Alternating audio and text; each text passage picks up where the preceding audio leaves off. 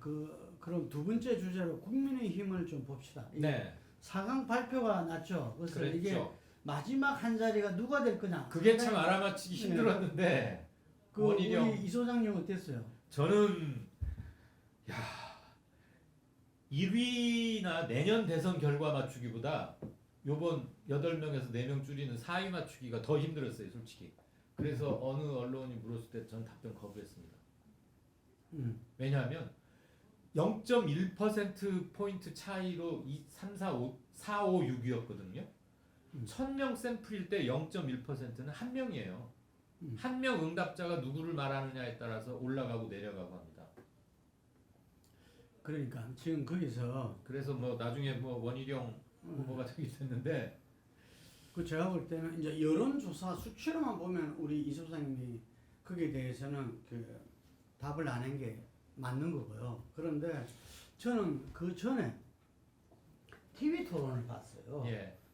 TV 토론을 제가 뭐 워낙 이렇게 좀 이렇게 이 무미건조하게들 서로 공방전만 벌어지길래 잘 안 보고 이렇게 그때 한번 봤었는데 여전히 후보 간의 공방전은 계속 벌어지면서 원희룡 후보가 예.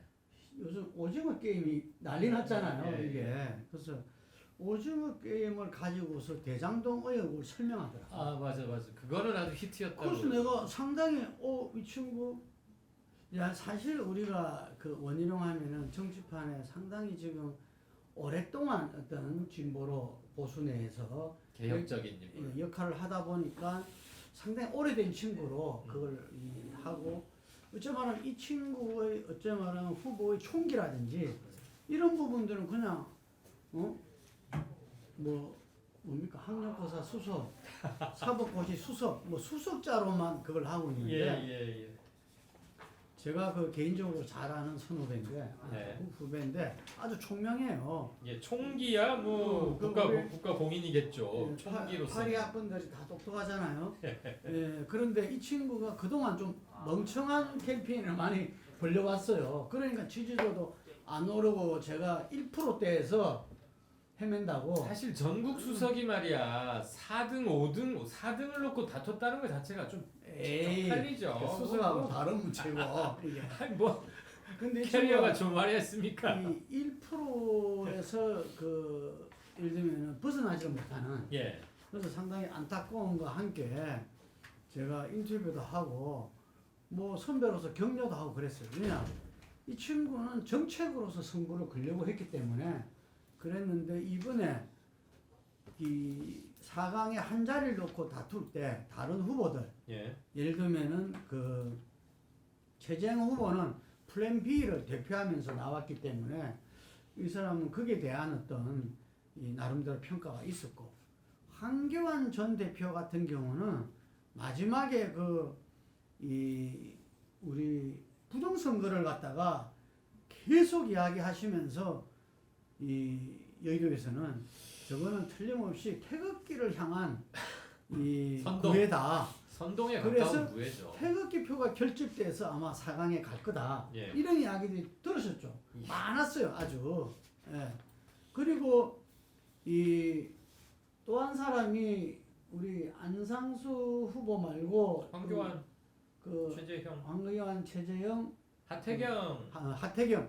하태경 후보는 핫해라 그래가지고 핫하다. 자기 이름이 하태경인데 핫하다. HOT.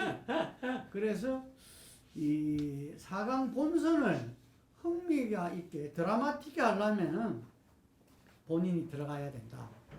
평상시 의정활동이나 여러 가지 면에서는 핫한 이 정치인은 분명했죠. 그런데 이번에 TV 토론을 보니까 본인이 가진 강점을 이렇게 정말 이렇게 국민들이 주목했고 이 뭐야 이렇게 이 문제 제기를 하고 하는 것보다는 윤석열 후보, 홍준표 후보와 네거티브 어떤 공방전을 벌리는데 이 대부분 시간을 보내더라고요. 그래서 내가 볼 때 저거는 우리 하태경 후보의 핫한 강점이 아닌데 이런 생각이 들었어요. 그래서 이 태극기의 어떤 한교안이냐 안 그러면 뭔가 경선을 풍부하게 재미있게 드라마틱한 하태경이냐, 예, 그렇지 않으면은 정말 정면 돌파하려고 하는 이 원희룡이냐, 이런 부분에서 최재형 후보 같은 경우는 어쨌든 플랜 B로 나섰다가 캠프 해체되고 새로운 모습을 보여주려 했지만 뒷심이 좀 빠져버린 상태였고, 거기는 총체적으로 네. 대패착이자 준비 안 된, 네. 그리고 왜 나왔는지 모르겠다는 의문이 시간이 갈수록 커졌어요. 그래서 총체적 실패인 정책하면은 거죠. 유승민 후보인데 네. 유승민 후보 못지않는 걸 갖다가 이 한번 원희룡 후보한테 기대하는 그런 당신과 정경을 출발한 민심이 통했지 않나, 예. 이렇게 보여집니다. 자, 보여지는데 어쨌든 간에 지금 KSO에서 처음으로 가상 대결을 했어요. 네. 예, 그렇기 때문에 그 결과를 보선 후보 접합도와 본선 경쟁력 결과를 좀 네. 잠깐 소개. 잠깐 말씀을 드릴게요. 저희는 일부러 가상 대결을 늦추어오다가 이재명 후보가 집권 민주당의 후보로 확정되는 그것을 타이밍으로 해서 가상 대결을 시작했고요. 이재명 후보가 윤석열, 홍준표 모두 다에게 오차범위 내에서 앞섰습니다. 참고로 저희는 무선 ARS 방식을 채택하고 있습니다. 사람이 전화를 걸어서 응답자와 얘기하는 전화 상담 방식에서는 이재명 후보가 현 야당의 어느 후보들보다도 비교적 큰 폭의 차이로 앞서고 있는 경향성은 시청자 여러분들도 아실 거라고 생각하고요. ARS는 참고적으로 보수 쪽이 좀 더 많이 잡히는 그동안의 경향적 특성이 있음을 다시 한번 말씀드립니다. 딴 조사에서는 ARS에서는 그 야당 후보가 앞선 결과도 리얼미터의 경우에 윤석열이 좀 앞서는 것으로 조금 나옵니다. 저희는 그러니까. 같은 ARS 방식이긴 합니다만 저희는 이재명이 오차범위 내에서 앞서는 걸로 있고요. 참고로 퍼센트 불러드리면 이재명 35.8, 윤석열 33.2, 이재명 35.2, 홍준표 33.0. 둘 다 오차범위 이내고 큰 차이는 의미를 둘 만큼의 큰 차이는 못 됩니다. 물론 오차범위 이내라는 게 중요하긴 하지만 오차범위가 플러스 마이너스 3.1이기 때문에 6.2% 정도의 차이가 나면 그건 분명히 의미를 어느 정도 부여할 수 있겠죠. 그리고 정권 교체 차기 대선 성격을 물었더니 정권 교체해야 된다 51.5%, 현 여당의 정권 재창출이 좀 더 중요하다고 본다 39.7%였습니다. 그리고 아직 대선 후보를 결정짓지 못한 범보수 진영에서 어느 사람이 대선 후보로 좀 더 적합하다고 보느냐 물어봤습니다. 홍준표 27.5, 윤석열 25.5, 2%포인트 차이니까 크지는 않습니다. 다만 이 두 사람은 7주째 오차범위 내에서 각축을 벌이고 있는데 굳이 오차범위 내에서 앞섰던 걸 말하자면 홍준표 후보가 5번 앞섰고 윤석열 예비 후보가 2번 앞섰습니다. 현 추세적으로는 홍준표 후보가 반발짝쯤 앞서가고 있지 않느냐라고 보는 게 무난할 것 같습니다. 아울러서 한 가지를 더 말씀드리고자 합니다. 이건 폴리뉴스 시청자분들께 처음으로 말씀드리는 것 같은데요. 이건 잘 보도도 되지 않았습니다. 그동안 민주당 경선에 묻혀가지고요. 이재명, 홍준표 가상 대결에서 물론 전체적으로는 이재명이 이깁니다만 서울에서는 홍준표가 이기는 걸로 나옵니다. 예. 서울. 서울이 갖고 있는 정치적 상징성 그리고 정권 교체 여론도 서울이 좀 더 높습니다. 전국 평균에 비해서. 이 점은 조금 제가 언더라인을 하나 긋고 싶었고요. 그다음에 이재명이 윤석열과 붙었을 때보다 이재명이 홍준표하고 붙었을 때 이재명이 민주당 내에서 얻는 표도 조금 낮아지고 홍준표도 국민의힘에서 얻는 표도 조금 낮아집니다. 차이를 말씀드릴게요. 이재명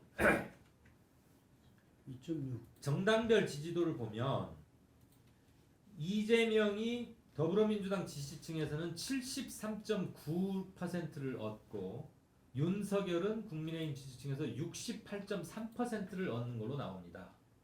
이재명이 윤석열과 붙었을 때.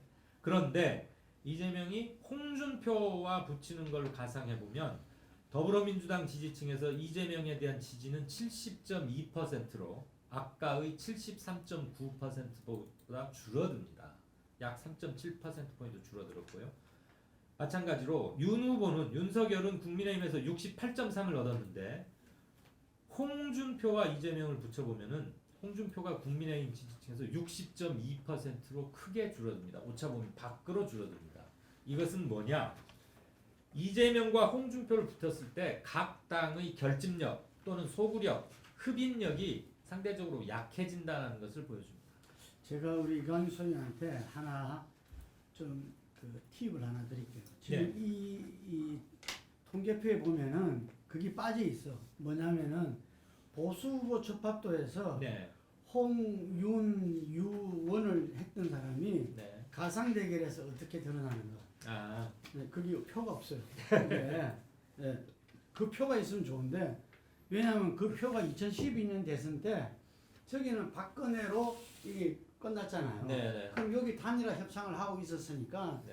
문재인과 안철수 중에서 누가 더 경쟁력이 있느냐 그거였잖아요. 그랬죠. 이게 네. 그랬을 때 이게 그 문을 지지한 사람 그리고 그 안을 지지한 사람들이 다른 후보가 단일화됐을 때 어느 정도 지지를 하느냐. 옮겨가느냐. 예. 그래서 그 모든 여론조사에서 그 안이 됐을 때 문 지지자들은 예를 들면 말하자면 80% 이상 지지를 했고 그 다음에 문이 됐을 때는 안 지지자들은 70% 정도, 10% 정도 차이가 네. 났었어요. 예. 이게 그래서 지금 현재 그 이재명과 이낙연 부분에서도 그런 이야기들이 있었잖아요. 이낙연 후보를 범진보에서 지지하는 사람들이 이재명 후보가 됐을 경우에 본선에서 지지율이 팍 떨어진다. 예. 이게 그런 이야기 있었잖아요. 그거는 2차 데이터 가공을 하면 되니까요. 예, 다음번 할 저 때- 우리 대담 때는 그걸 가져다 드리겠습니다. 예. 네. 그리고 지금 이제 제가 우리 소장님한테 부탁을 해가지고 이 결과 발표한 보고서를 갖다가 이렇게 받았는데요. 네. 거기에 보면은 금방 이야기한 서울 예. 이야기했잖아요. 예. 서울이 정권 교체도 야당이 높고 네. 그리고 그 홍준표. 홍준표뿐만 아니라 윤석열. 윤석열 후보도 높아요. 네. 서울이. 그러면 수도 서울은 5만 사람들이 살잖아요. 예. 호남 사람, 영남 사람, 충청 사람 다 와서 살아서 서울 토백이는 10%에 불과하다 그래요. 그래서 서울로 나타내는 민심이 그래서 지난 서울시장 재보선도 중요했던 거죠. 이게. 그래서 이게 중요한데 이것이 현재 12% 앞서는 정권 교체 민심에서 네. 기본을 깔고 있다 이렇게 저는 예. 봅니다. 예, 서울이 그렇고 그래서 민주당과 국민의힘이 모두 다 이 사실을 물론 기본으로 알고는 있습니다만 또 한 번 강조해도 지나치지 않을 것 같습니다. 거꾸로 더불어민주당한테 당에게. 굉장히 중요한 거죠. 예. 더불어민주당에 그 다음에 그 직업별로 본다면은 자영업자청에서 네. 이 정권 교체가 64, 음. 정권 재창출이 30.9입니다. 그건 아마 코로나로 인한 뭐 여러 가지 힘든 것 각 후보의 대결에서도 거의 뭐 한 14% 이렇게 차이가 예. 나거든요. 자영업자들 저는 이 자영업자의 민심이 그 선거를 저는 규정한다고 봅니다. 특별히 그렇게 자. 주목하시는 이유가 있습니까? 자영업자층이야말로 오피니언, 지역의 오피니언 리더거든요. 그 사람들이 지역 여론을 갖다가 형성하고 그건 또 더는 그 바이럴 마케팅 아니 더는 이야기 말씀하시는 가지고서 그 하고 있고 바이럴 지금 또 마케팅? 이제 이 4단계에서 이제 위드 코로나 되면은 예. 이 자영업자층이 다 풀려잖아요. 좀 이게 달라질 걸요. 거의 다 풀리죠. 그리고 예. 이 지난 총선 때 네. 어떤 일이 벌어졌냐면은 자영업자층이 야당이 높았어요. 처음에 예, 작년 4월 선거에 1, 2월 달 보면 야당이 높았어요. 2020년 때 예, 말이죠. 작년에 예. 말입니다. 총선거 때. 그런데 이 재난 지원금이 풀리고 예. 예를 들면 코로나에서 예를 들면 K 방역 음. 이 전 세계적으로 평가를 받고 이러면서 자영업자청에서 돌아서. 결국은 여당으로 돌아서고 선거가 치러진 거예요. 예. 이게 그렇기 때문에 저는 자영업자청에 이게 이 비상이기 때문에 손실보상법에 소급 적용하라는 그 자영업자청의 그 요구. 지금 저 국민의힘 주자들은 전부 다 소급 자기 때 둔되면은 다 소급 적용하겠다잖아 손실보상법. 저는 이 대목에 있어 가지고 지금 그 후보에 부담 주지 말고 당에서 이번 그 국회 정기 국회 내에서 그 소급 적용에 대해서 충분한 검토를 해야 된다. 제가 듣기로는 민주당 전 최고위원이었던 예. 염태영 수원시장 인터뷰에서 들었는데 네. 손실보상은 나라가 정해서 손실을 받은 부분들은 보상해야 된다고 헌법에 나와 있더라고요. 당연한 그건 이게 소극적인 그러기 관계가 때문에 맞을 것 같고. 이건 소급 적용이 저는 맞다고 봅니다. 그- 이거는 왜냐 그거 가지고서 이 중요한 대선에서 자영업자청에 이 일부라도 그걸 표를 뺏겨서는 안 된다. 이거는 뭐 국민의힘도 마찬가지인데 자기들이 예를 들면 집권했을 때는 정부 국가 예산 이런 거 다 감안해서 고민할 수밖에 없었던 지점이거든요. 네. 야당이니까 편한 거죠. 이게. 김 대표 말씀 종합해 보면 네.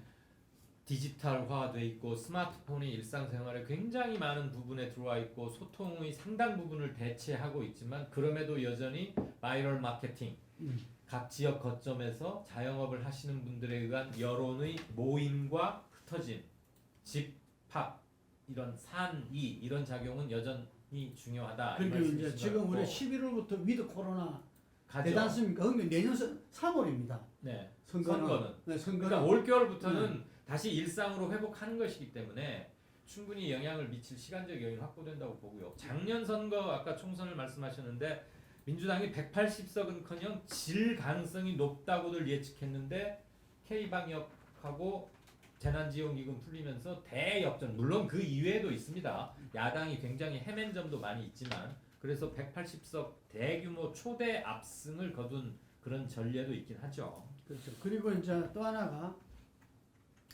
이 이재명 후보가 당 지지를 73.9 윤석열 후보랑 가상 대결에서 네. 그리고 홍준표 후보랑 70.2 거의 70% 거기는 뭐 초반대를 큰 하고 차이라고는 있는데 아닐 수 있는데 지금 윤석열 홍준표 후보는 윤석열 68.3 홍준표 60.6입니다. 8.1%포인트 차이가 나요. 그러니까 상당히 이거는 큰 차이죠. 후보로 되면은 네. 윤이나 홍이나 이재명 후보나 제가 볼 때는 거의 80% 이상 됩니다. 그리고 선거 막바지에 가면은 90% 이상 돼요. 수렴됩니다. 네, 그렇기 네. 때문에 이걸로 봤을 때는 제가 생각할 때 물론 ARS라고 해서 차이가 이 딴 리얼미터 조사보다는 좁게 나왔지만 예. 이게 더 커질 가능성이 높다는 겁니다. 네, 네. 이게 올라간다는 얘기죠. 퍼센트 이재명이 지금 숫자가. 약간 앞섰잖아요. 예, 예. 오차 범위 내에서 네. 이게 뒤집을 가능성이 이 수치로 이 조사 결과에 그 보면 앞으로 추이가 그렇게 제가 예상된다는 거예요. 그리고 11월 5일에 국민의힘의 후보가 결정되면 다시 한번 출렁임이 일어나는데 지금 컨벤션 효과로는 약한 거죠. 예, 양쪽이 공고해지는 효과가 또 한 번 있을 겁니다. 지금 민주당은 컨벤션 효과를 못 누리고 있는 거죠. 예, 그런데 이 항상 우리가 동전에 양면이 있다고 이야기할 정도로 민주당이 위기지만 네. 이제는 국민의힘 시간이 돼야 되는데 여전히 민주당 시간이 되고 있어요. 여전히 지금 무효표 논쟁, 예를 들면 원팀, 경선 불복, 대장동 뭐 이런 부분들로 해서 여전히 언론들은 국힘보다는 민주당에 지금 이제 이 뉴스와 초점을 더 두고 있거든요. 그런데 경선 불복으로까지 가지는 않을 것 같은데요. 저는 안 갈 가능성이 훨씬 높다. 훨씬 높다. 왜냐? 경선 불복으로 가는 길은 공멸인데. 그걸 만드는 정치인들은 공멸입니다. 이게 예. 물론 민주당도 어려워지겠죠. 이낙연 그래서 캠프 공멸의 측에서 표현이지만 절대 그걸 주도한 이 탄핵을 주도했다든지 예. 지금 불복을 주도한 정치인들은 우리나라 국민들 참 싫어해요. 그렇기 때문에 지금 이제 그 이낙연 의원 측에서도 불복까지는 가지 않고 대부분의 의원들이 뭐 법적인 그거는 고려하지 않고 있다. 예, 그건 그냥 정무 정치적으로 풀리길 바란다. 그건 워딩에 불과하고요. 그런데 우리가 앞에도 이야기했지만 어쨌든 그 부분들은 네. 정말 이렇게 이 정치는 생물이라는 DJ 말씀이 생각나는데 이 정말 정치적 상상력을 총 동원해서 풀길 바라고요. 현직 언론인으로서 김능구 대표만큼 정치 한 우물만 판 사람도 굉장히 유례가 드는데요. 이런 대선은 이전에 잘 못 보셨죠. 특히 야당 내부를 보자면 우선 윤석열 예비 후보 같은 성격의 후보가 그전에는 없었지 않습니까? 그렇죠. 지금 우리가 정치 신인을 정치 경험하지 않는 자를 좋아하는 것은 쭉 흘러왔어요. 그 뭐 정주영, 문국현 등등등 재선 후보 네, 있는데 흘러왔고 그 다음에 그 고건 반기문 실패했지만 예. 거기도 그 다음에 안철수 전부 다 우리나라 사람들이 이 정치를 불신하고 정치에서 이렇게 이 비판하는 거 이상으로 정치꾼이라 하나 정치 전문가들을 좀 싫어해요. 염증이 있죠, 염증. 예, 그래서 좀 정치에 관여 안 하고 네. 있는 사람은 좀 새로 뭔가 저게 구태에 연연해하지 않는 묶이지 않는 사람이겠다 싶어서 이 정치 초년병을 갖다 옹호하는데 네. 근데 그 결과가 아시다시피 한 번도 좋은 적이 한 번도 없었어요. 대통령 당선으로 된 케이스는 거의 없죠. 네. 노무현만 하더라도 88년도 국회의원 되고 나서 정치 신인은 아니었죠. 아니죠. 대선에 나온 그게 것은. 무려 14년을 준비하고 네네네. 나왔던 거고 이재명도 그 2010년에 문재인 성남시장 대통령 되면서 같은 경우도 국회의원하고 처음 나와서 떨어지고 5년간 그런 세월을 보내면서 당대표 그리고 그리고 청와대 그 전에 청와대 비서실장도 쭉 그 했고 어제 그런 정치인이었고. 경험을 다 했던 거죠. 그래서 지금 이 사실은 이렇게 윤석열 후보라든지 그 지금 이 4강에서는 정치 초년생은 윤석열 후보 혼자잖아요. 이게 그럼 지지율이 제일 높잖아요. 제가 그래서 지금 아까 그 말씀을 네. 드렸는데 우리 다음번 11월 대담은 아마도 국민의힘 후보가 결정된 그렇죠. 뒤일 거예요. 네. 저쪽이 11월 5일인가 그럴 거니까. 네. 김 대표께서 보시기에 국민의힘 대선 후보는 누가 될 것 같습니까? 아 지금은 뭐 아까 이게서 조사도 27.5 대 25.5고 뭐 12분에서 누가 몇 번 위다 이러는데 네. 제가 생각할 때는 지금 이거는 오리무중에 들어갔다고 봅니다. 우리 예, 그래서 그건 누구나 하는 말이고요. 홍준표나 윤석열이 예를 들면은 윤이 네. 과연 20, 30대 지지율 회복하느냐. 음. 그 다음에 홍이 예. 이 첫 번째는 TK에서 어느 정도 지지를 갖다가 서로 양분하느냐. 이게 그 달려 있고 첫 번째는 네. 두 번째는 뭐냐면은 그 홍이 새로 가입된 당원들 예. 이 당원들이 지금 이제 중요하거든요. 그 사람들 10월 1일 이후 가입자들은 뺀다 그랬잖아요. 뺀다 그랬잖아요. 네. 그만큼 좀 잘려 나가겠지만 네. 어쨌든 그 새로 충원된 어떤 이 신규 당원들. 신규 당원들 이게 어쨌든 민심은 홍이 조금 앞서지 않을까 싶어요. 네. 5대 5에서 결국은 당심이 결정하리라 보는데 그 부분에서 이 아까 말한 20, 30대와 그리고 TK에서 윤홍 양쪽에서 그걸 어느 정도 커버해내냐 문제고 결정적인 마지막 그 승부수는 새로 가입된 당원들한테 윤이 그 지지를 갖다가 얻어내느냐 아니냐 이게 있다. 근데 며칠 전에 점수 깎일 발언을 세게 했어요. 네? 지금 오는 사람들 위장 당원이다 뭐다 해가지고 그래가지고 오늘 캠프를 질책했다고 그러잖아요. 분석 제대로 좀 분석하라고. 자기 입을 이렇게 해야 되는 거 아니 아닙니까? 그것도 저는 정치 초년생이라서 나온 이야기 같아요. 어떤 분석을 누가 실무진에서 캠프에서 주더라도 아니 유권자인데 유권자한테는 대장 출신도 절을 해야 90도 절을 해야 되고 그거 못해가지고 그만둔 사람이 있어요. 제가 봤어 이게. 그런데 윤석열 검사만 하다 보니까 이 사람 자기 유권자를 갖다가 이게 말이지 남부당 당원이 들어와서 말이죠 어쩌고저쩌고 이거는 정치 아마 국회의원 한 번만 해서도 있을 수도 없는 일이에요. 아직 수사 검사로 착각하고. 그러니까 이 우리가 하는 이야기지만 검찰총장 수사 검사로서 그 때를 얼만큼 빨리 번느냐. 최소한 11월달 정해주고 본선 들어가서도 이런 양상 검사연 하는 검사스럽다가 나오면은 이거 골치 아픈 거죠. 기자 물 빠지는데 5년 걸린다 그러고요. 골프 치는 사람들 어깨 힘 빼는데 3년 걸린다 그럽니다. 검사 물 빼는데 몇 년 걸립니까? 홍준표 후보가 이야기한 게 있죠. 거기는 비교적 빨리 빼지 않았나요? 자기가 삼선 되니까 좀 빠지더라고요. 아 삼선 되골랐대. 그럼 12년쯤 걸린다는 얘기예요. 8년. 자 그래서 10년이니까. 윤석열입니까 홍준표입니까? 하나 고르세요 빨리. 개봉 박두. 예. 자 우리 이 다른 시간을 이렇게 빌어서 예. 가져두면서 그 이야기를 말씀드리도록 하겠습니다. 예. 앞으로 김영구의 전국진화도 많이 증해주시고요. 오늘 이강민 소장님과 여론조사 대부 모두 마치겠습니다. 감사합니다. 고맙습니다.